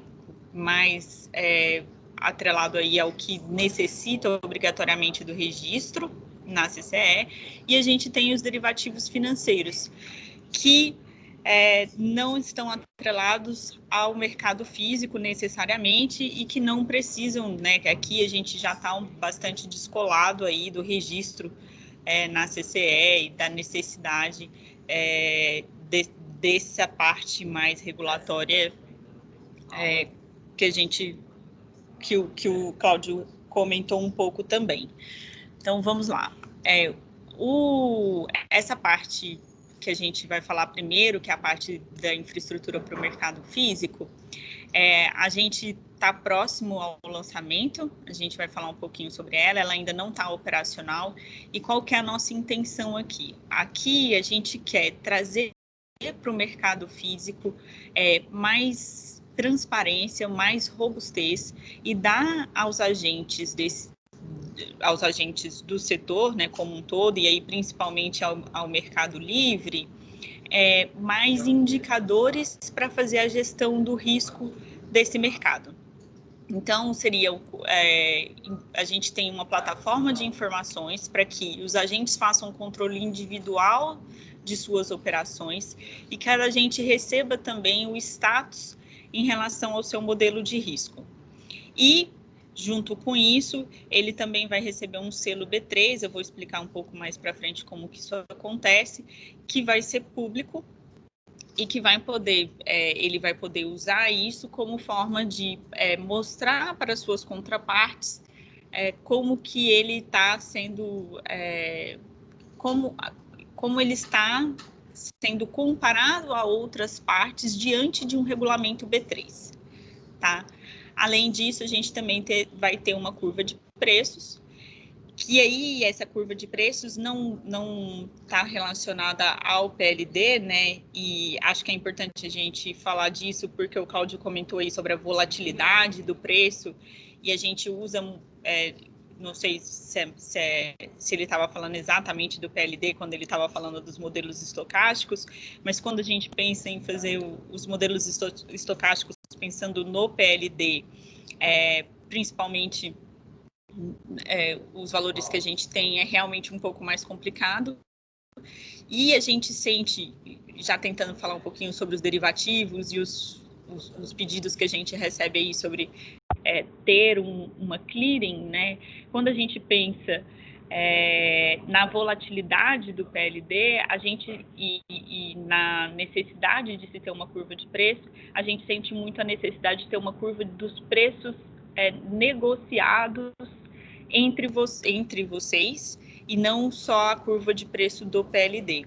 Então, a gente tem essa iniciativa também de construir uma curva de preços que seja baseada nos contratos firmados entre vocês. Então, de fato, o preço que vocês estão dispostos a pagar, né, e a receber, então, os contratos, de fato, assinados entre cada um. Então, esse é o nosso objetivo. Então, esse é o pacotinho que a gente vai falar um pouquinho mais à frente, e também os derivativos financeiros. Os derivativos financeiros, hoje a gente tem os derivativos de mercado de balcão, que não tem contraparte central, ou seja, a B3 não garante em caso de falha. A gente vai falar um pouquinho sobre eles. Hoje eles já estão em produção, como o Claudio falou, né? Ele comentou aí que a elétrica já registrou contratos aqui na B3, ele estava comentando sobre esse contrato em específico.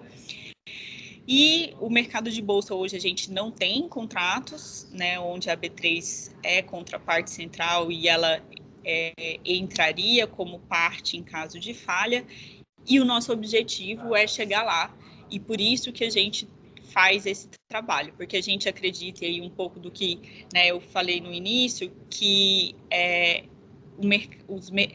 esses dois mundos, eles se conversam, né, o físico e o financeiro, e a gente precisa olhar aí para essas duas partes. Sobre esse produto do mercado físico, né, como que ele funciona, dando um pouco mais de clareza aí para como que isso tudo funciona. Ele é uma ferramenta centralizada e transparente de monitoramento e controle de riscos. A B3, ela vai analisar as informações dos contratos de comercialização de energia entre os agentes, e que vocês vão contar para a B3. Então, os agentes, eles vão informar a B3 da negociação que eles fizeram em qualquer outro meio. Então, a negociação pelos agentes dos meios que hoje eles já fazem, sejam quais forem, e então eles contam para a B3 qual foi essa negociação, os termos dessa negociação. Então, preço, quantidade e algumas outras características. Eles contam isso para a B3, o momento mais próximo possível dessa negociação, e a B3, então, dá como output, entrega para esse agente um indicativo de risco e um selo de qualidade das informações. Então, o selo vai ser atribuído a cada agente, níveis nos seus níveis 1, 2 e 3, conforme a qualidade das informações que o agente dá para a B3. Então, quanto mais esse agente informa para a B3 a sua capacidade financeira e as suas negociações em tempo hábil, melhor a B3 consegue calcular o risco dele e indicar em que nível ele está, melhor o selo que vai ser atribuído a esse agente e que vai ser publicado para as outras contrapartes, como uma forma dele mostrar para as suas contrapartes a qualidade da sua gestão de risco, a qualidade da sua análise de crédito, a qualidade da sua análise de outros riscos também, como riscos de liquidez, como risco de contraparte e tantos outros. O agente individualmente, ele tem um dashboard que consolida suas operações e que ele consegue ver, só ele vê as suas operações e só ele vê a classificação de risco e se ele está cumprindo a recomendação da B3. É uma recomendação, então ele consegue saber para ele se ele está acima ou abaixo da recomendação da B3, e aí aqui lembrando que a B3 vai publicar todos os seus regulamentos e todos os seus modelos e como que ela calcula. E aqui, qual é a vantagem disso? É a gente fazer uma, digamos, normalização, desculpa pelo barulho, uma normalização de gestão de risco. E se você pode ser mais ou menos conservador a partir dessa normalização. Então, se você é um pouco mais conservador, você vai querer sempre estar um pouco abaixo dessa normalização. Se você é um pouco mais agressivo, né, se o seu apetite é mais agressivo, você está um pouco mais próximo, ou você consome um pouco mais desse risco que a B3 aqui está recomendando, por exemplo. E os agentes recebem também a curva Ford, que vai fazer a curva pelos períodos mais utilizados, né, que mensal, trimestral, semestral, anual, e o histórico de cada vértice, sempre baseado nos preços que foram negociados. Tá? A gente acha isso sempre muito importante, o fato de ser por preço negociado, que é esse apetite que o mercado tem pelo valor. E a gente acredita que esse preço pode ajudar bastante, essa curva pode ajudar bastante naquilo que o Cláudio falou em relação ao desenvolvimento dos derivativos, né? Que a gente sabe que existe essa, né, o molho fica mais caro que esqueci o termo, mas a gente entende isso e a gente acha que essa pode ser uma das maneiras da gente desenvolver essa questão e entender um pouco mais como que os produtos derivativos podem ser mais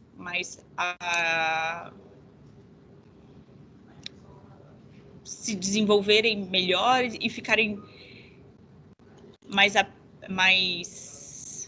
não sei exatamente a palavra, mas a gente conseguir que eles façam parte do portfólio de vocês com mais tranquilidade. Nas próximas semanas, a gente vai estar fazendo a divulgação desses regulamentos e modelos para que vocês possam avaliar internamente e tirar as dúvidas com a gente.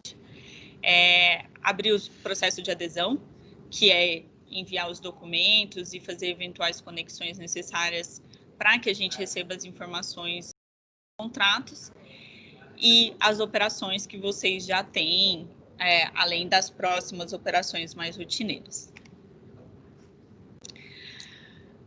Um pouco sobre os derivativos de energia, que aqui a gente já está falando um pouco mais sobre o mercado financeiro e um pouco menos sobre a energia que eu chamo de mercado físico de energia, né? Aqui são contratos cujo registro é na B3 e que não precisa estar registrado na CCE, tá? O Cláudio mencionou que ele já registrou aqui, não sei quantos de vocês já pode ter tido um registro de um contrato parecido, então eu vou falar como que funciona de maneira um pouco mais rápida e superficial, e aí se vocês tiverem mais dúvidas a gente pode falar nas perguntas. Antes desse contrato chegar na B3, existem alguns, um momento que a gente chama de pré-negociação, que é a assinatura de um contrato que a gente chama de CGD, Contrato Global de Derivativos, onde as partes, elas combinam as principais cláusulas dessa relação bilateral.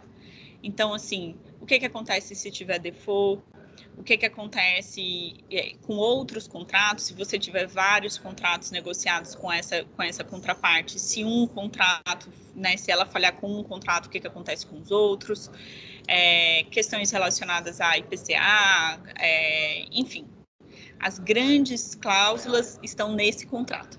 A B3 não olha esse contrato. A gente não vai perguntar para você se você tem esse contrato, o que está nele, como que ele foi escrito.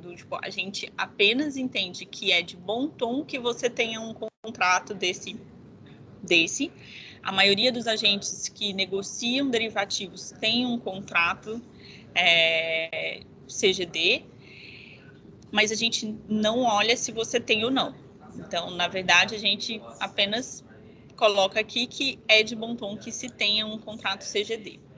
Uma vez que esse contrato já está assinado e com todas as cláusulas negociadas, parte-se então para a negociação do que vai ser de fato o contrato de derivativo. Então, as partes definem parâmetros, né? Se for um termo ali, a gente vai falar um pouquinho sobre algumas possibilidades de vocês negociarem, mas, por exemplo, uma coisa que o Cláudio falou, que é perfil da carga versus a venda flat, né? Então, vocês podem fazer um termo ali para redear essa necessidade, ou uma opção de compra, se a safra, né, atrasar um pouco. Tudo isso você vai definir no momento da negociação. Então, quais são os parâmetros, qual é o preço, quando, né, vence, data de vencimento, tudo isso você pode negociar. Você negocia no meio que você quiser, de qual telefone, e-mail, pessoalmente. Essa negociação ela é feita também bilateralmente, muito parecido com o que vocês negociam os contratos físicos. E é totalmente flexível. Então, vocês podem aqui utilizar essa vantagem para, por exemplo, negociar a PLD mais prêmio, né? Quando vocês estão negociando energia incentivada, vocês podem utilizar essa vantagem para colocar aqui a carga, né? O perfil de carga de vocês.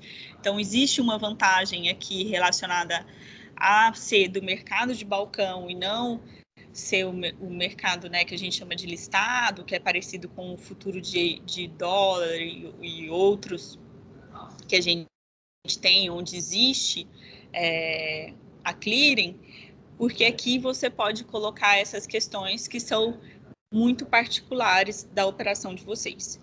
Uma vez que isso foi negociado e vocês fecharam essa operação, vocês precisam procurar uma corretora ou um banco e vai ser emitido o que eles chamam de uma nota de operação. Essa nota, então, vai ser registrada na B3 e quem registra é o banco ou a corretora, tá?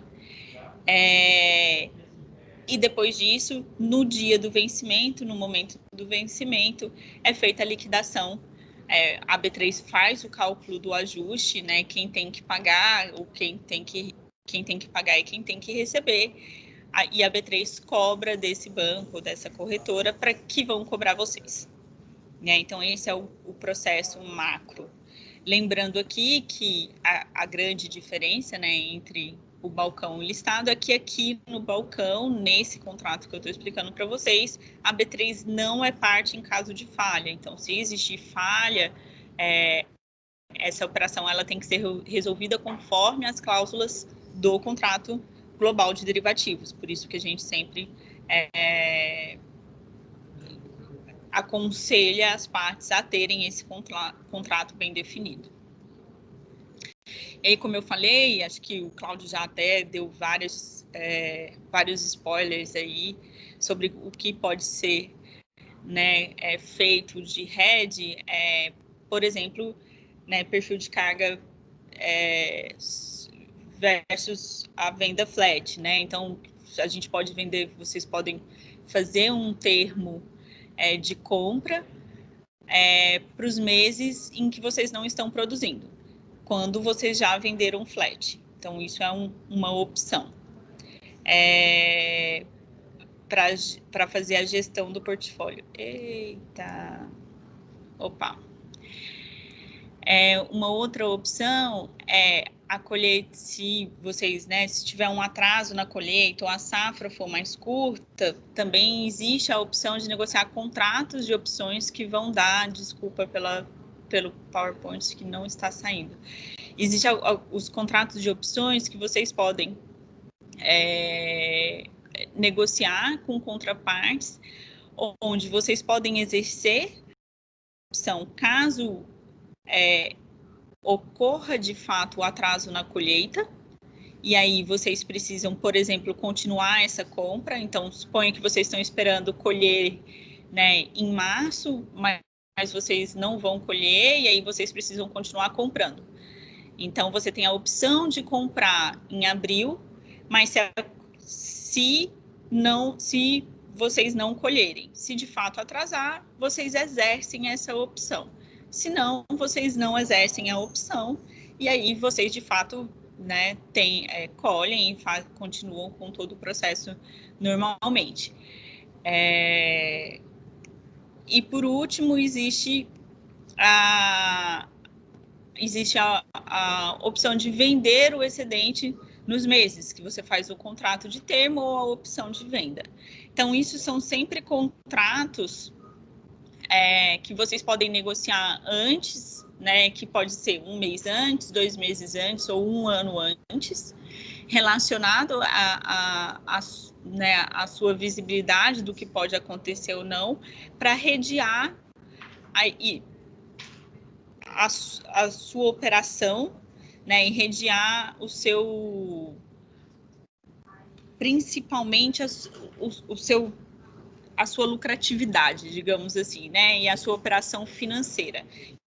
E aí, voltando aí a última pergunta que foi feita para o Cláudio, a gente entende que isso é muito importante para dar uma certa tranquilidade financeira. A gente vê isso em outros mercados, onde o que a gente percebe é que quando você tem um mercado onde esses contratos eles são mais utilizados, você tem uma operação que é mais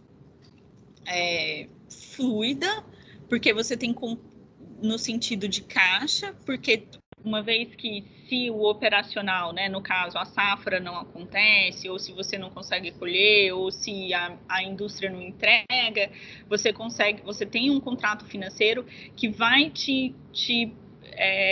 que vai redear aquela sua posição financeiramente. Então você tem um caixa mais bem protegido. Né? É claro que aqui a gente também, eu entendo a posição, o que o Cláudio falou também, de que a gente precisa encontrar as contrapartes, né? Esse mercado precisa ser líquido o suficiente para você ter a contraparte. E aí é nesse sentido também que a gente está trabalhando o mercado físico para que a gente consiga dar mais transparência, para a gente consiga ter uma gestão de risco mais eficiente, a gente consiga trazer também mais liquidez para os participantes, para que isso seja possível e a gente consiga unir essas duas pontas, para que esses dois mundos consigam de fato se encontrar. Acho que de forma geral é isso. Muito obrigado, Ana. Bem assertiva a sua apresentação.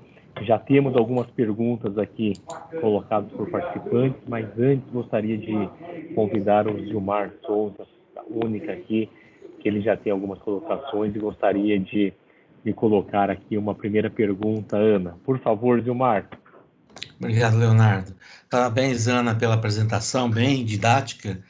Realmente foi bem legal a sua apresentação, quase complementar essa visão que o Cláudio deu do cenário do setor atual. Minha pergunta é bem direta, no sentido de que quando você apresentou lá o mercado de bolsa, envolvendo a contraparte central, eu queria que você discorresse um pouquinho sobre quais são os mecanismos de segurança que a B3 está pensando dar quando for estruturar esse mercado de bolsa. Como que vocês pensam isso? A questão da segurança da operação. O mercado, assim, vamos dividir em vários momentos, né? Assim, hoje o mercado dos produtos que a gente tem para o futuro, né? Quando a gente pensa no produto que a gente vai lançar, que é um produto para o mercado físico, a gente tem um regulamento com várias regras. E esse regulamento ele vai ter os seus enforcements, e que é muito próximo do que acontece com outros produtos da B3. Então, assim, a gente tem um regulamento que tem os seus enforcements, que a gente vai fazer validações e que a gente vai auditar esses enforcements. Então, isso acontece com outros produtos da B3. Sempre que você é um agente B3 ou um participante B3, você adere a um regulamento que tem regras, a gente audita, né, se você está cumprindo com essas regras, e o não cumprimento com isso, você tem uma série de sanções ou de avisos, enfim, uma série de advertências relacionadas a esse não cumprimento. Então, quando a gente está falando do produto do mercado físico, a gente está falando, né, quando a gente está falando do mercado derivativo em mercado de balcão, que também é o último produto que eu falei, aqui a gente está falando já de regras relacionadas à B3 e relacionadas à CVM. Então, quando você faz um contrato derivativo e registra ele aqui na B3, apesar da B3 ela não ser parte quando você falha esse pagamento, né? Então, suponha que eu faça um termo com vocês, e eu, por acaso, no final desse contrato, eu tenha que te pagar e eu não pague, a gente vai ter que entrar na justiça, a B3 não vai pagar no meu lugar, mas isso também é uma falha perante regras da CVM, né? Então, assim, a gente está num arcabouço que é a B3, a B3 vai avisar que você falhou, né? Os bancos, né? O banco vai saber que você falhou e a CVM vai saber que você falhou. Então, existe um arcabouço de notificação da sua falha e isso vai ser resolvido em ambiente legal, tá? Então, não é que você vai receber da B3, mas essas notificações, elas são feitas, e aí existe uma série de outras notificações e também advertências em termos de regulações, tanto B3 quanto CVM, né? Porque aí todo esse mercado está sobre a regulação da CVM. Quando a gente for para o mundo de listado, que é o que a B3 entende em fazer, e a gente está construindo, pavimentando esse caminho, e a gente gostaria de mais para frente ter um listado de energia elétrica, ou seja, um futuro de energia elétrica, onde você vai comprar como se fosse uma ação, você vai entrar lá na sua corretora, ou eventualmente em algum modo, né, a gente não sabe ainda como vai ser, mas que esse sim vai ter contraparte central. Então, no futuro, vamos supor, daqui a alguns anos, você vai lá e vai comprar, eu quero um contrato de energia elétrica.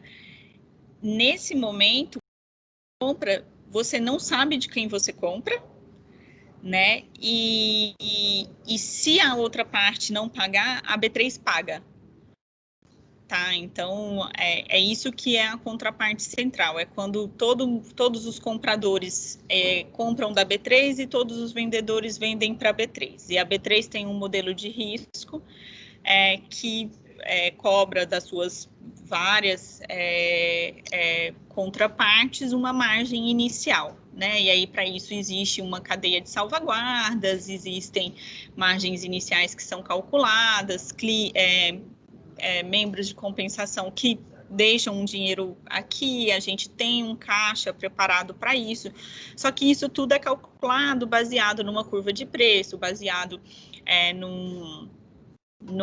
numa gestão de risco mais robusta.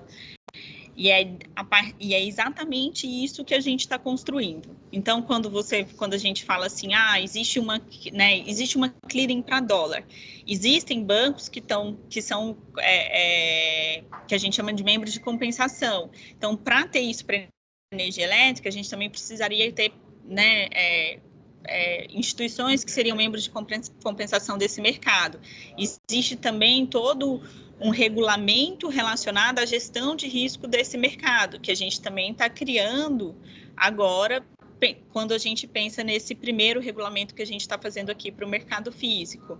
Existe uma curva de preço que a gente tem, como o Cláudio falou, que estressar para fazer os cenários para os quais a gente cobra margem, que é por isso que a gente está fazendo a nossa primeira curva de preços. Então, a gente está construindo, pavimentando o caminho para que a gente possa fazer isso, construir esse primeiro contrato, que o dia que você comprar, que você não vai saber de quem você vai comprar, ou vender para quem você também não vai saber, porque na verdade você está comprando e vendendo para a B3, e não vai se preocupar com o risco de crédito. Você não vai se preocupar de quem você está comprando e de quem você está vendendo, porque não vai te importar, digamos assim, porque o FII que você vai pagar para a B3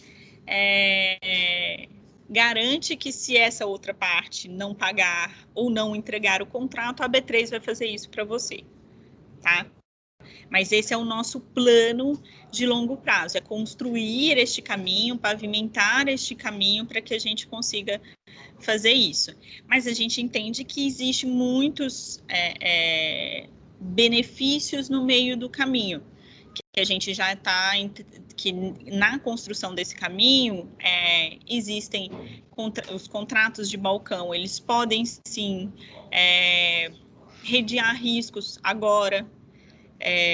A gente entende que a curva de preço ela pode ajudar nesse momento a fazer a gestão do mercado. A gente entende que o SEIR ele pode te ajudar a analisar o seu risco de crédito e escolher as suas contrapartes. Então, assim, aos poucos existem benefícios que a B3 está entregando e que isso vai fazer a gente chegar num lugar que é onde o mercado mais anseia aí, que sem dúvida alguma é o maior pedido que a gente encontra, que são os contratos listados do mercado financeiro. E deixa eu só terminar aqui rapidinho, Leonardo. E tem previsão, Ana, de chegar nesse mercado listado de bolsa? A gente fala sempre que, assim, a gente gostaria muito que fosse muito rápido, e tudo depende de como a gente tem essa construção, né? Depende tanto da gente quanto do mercado. Se a gente tem uma adesão a essas iniciativas de gestão de risco, a essas iniciativas de curva, se a gente consegue uma adesão do mercado em que isso se construa com mais rapidez, a gente entende que é mais rápido, né? Mas se a gente entende que isso demora um pouco mais, aí demora um pouco mais. Mas, assim, a gente precisa de uma gestão de risco mais robusta, a gente precisa de uma curva mais robusta, a gente precisa, né, de alguns pré-requisitos. Assim, se a gente conseguir tudo isso com uma adesão grande em menos tempo, a gente entende que é menos tempo. Eu gostaria que fosse entre 2 e 5 anos. Agora, cravar, eu não consigo cravar, que eu dependo Tá certo. de mais coisas. Muito Parabéns, obrigado, Ana. Vou colocar aqui uma pergunta do Latino, da empresa Energia Verde Brasil. Ele vai em linha com o que o Gilmar acabou de perguntar. Ele quer saber em quanto tempo nós teríamos aí o mercado de balcão como BGI e CCM. Você acabou de responder, mas aí ele faz uma correlação se esse tempo ele está vinculado com a liquidez que ela vai ser observada na demanda pelo mercado físico. Então, como você enxerga, Ana, essa correlação da liquidez do mercado físico com o tempo aí possível para ter uma liquidez nesse mercado de balcão, como uma BGI e a CCM?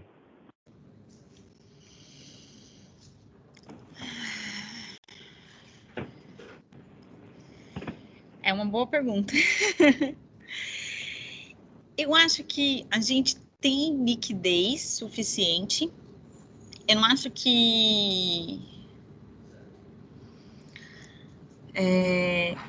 Eu acho que a gente tem muita liquidez, eu acho que a gente tem... a gente pode ter mais liquidez. Talvez a gente tenha liquidez escondida. Acho que, assim, vocês podem me falar mais do que eu posso falar para vocês, mas eu acho que, assim, talvez a gente tenha processos, algumas melhorias de processos pode melhorar ainda mais a nossa liquidez.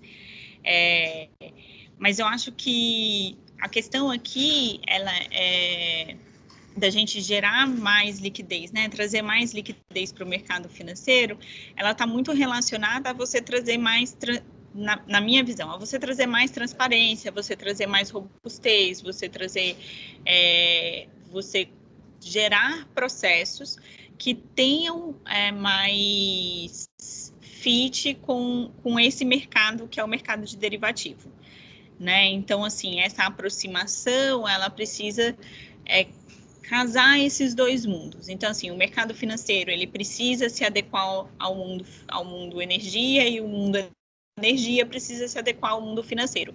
E é nisso que a gente está trabalhando, né? Então, assim, os mercados derivativos, os contratos derivativos, eles precisam passar a entender as características específicas que o mundo de energia precisa, né? As questões de sazonalidades, os perfis de carga, que são coisas que até então o mercado financeiro não conhecia.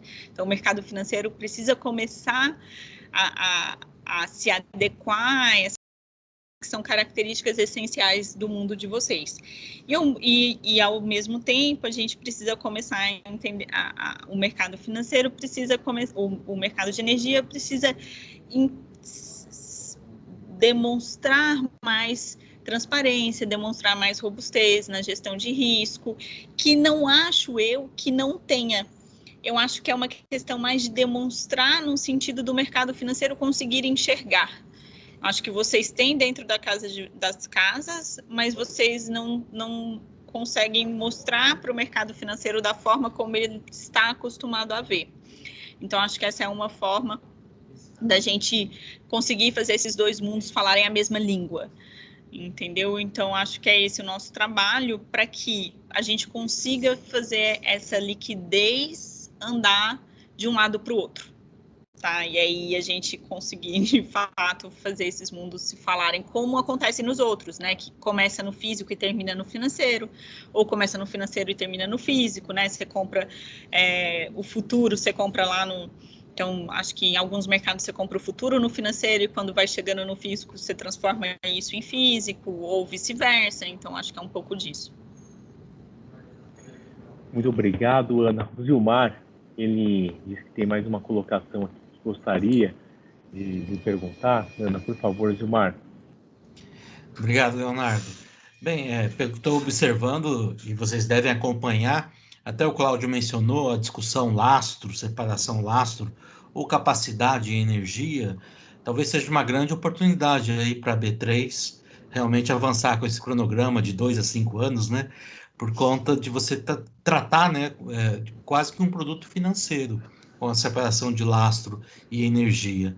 Queria saber se vocês estão acompanhando essa discussão, se realmente isso deve alavancar a necessidade do mercado em ter um mercado de derivativos B3, por conta aí da reforma do setor elétrico, a separação de lastro e energia, e termos um produto financeiro no futuro, energia, né? Sim, a gente acompanha bastante as discussões setoriais, né? Tanto a gente super acompanhou aí a questão do preço horário, né? Que foi uma outra discussão que abre muitas oportunidades aí para negociação de derivativos em si, que principalmente para geração e para consumo. Então, os geradores e consumidores agora abre um novo caminho para como gerir esse portfólio. E essa é uma outra discussão, sim, que para a gente também é muito importante, que abre várias oportunidades, né? Então, existem aí uma série de discussões setoriais que a gente acompanha, né? Quando você tem essa separação, o giro pode ser maior, existem mais produtos que podem ser negociados, em lugares diferentes que eles podem ser negociados, né? Então, a gente sempre está acompanhando para ver o que a gente pode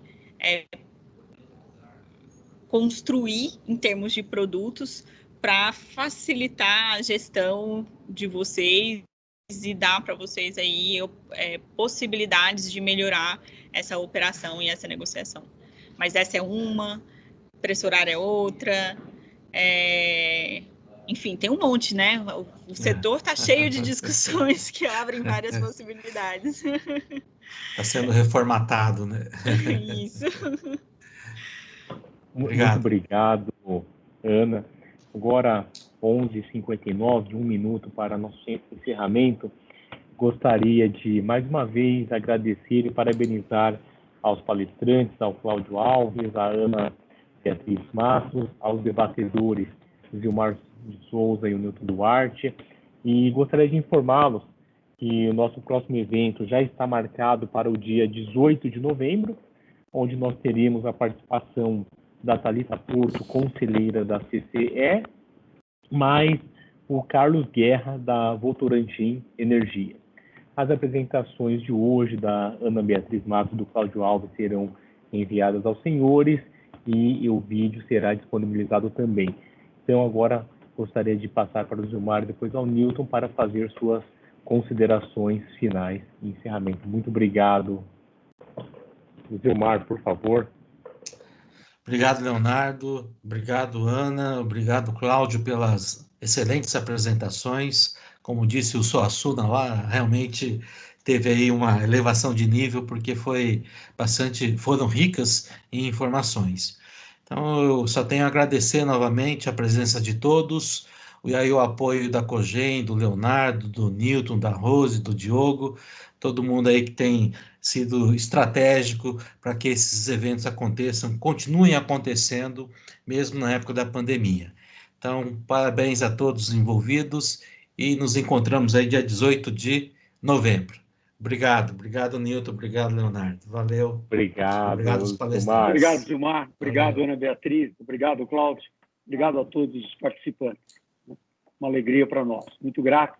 Parabéns a todos os palestrantes. Obrigado.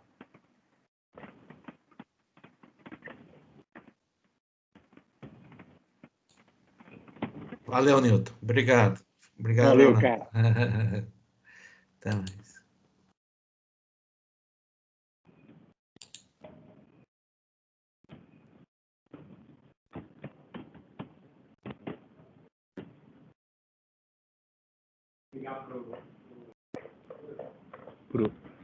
Bom. Excelente.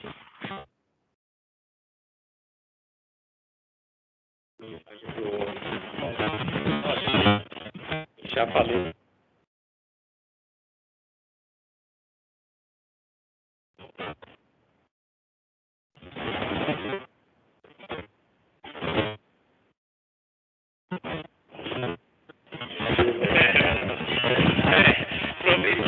Aproveitou o momento, né, Nilton?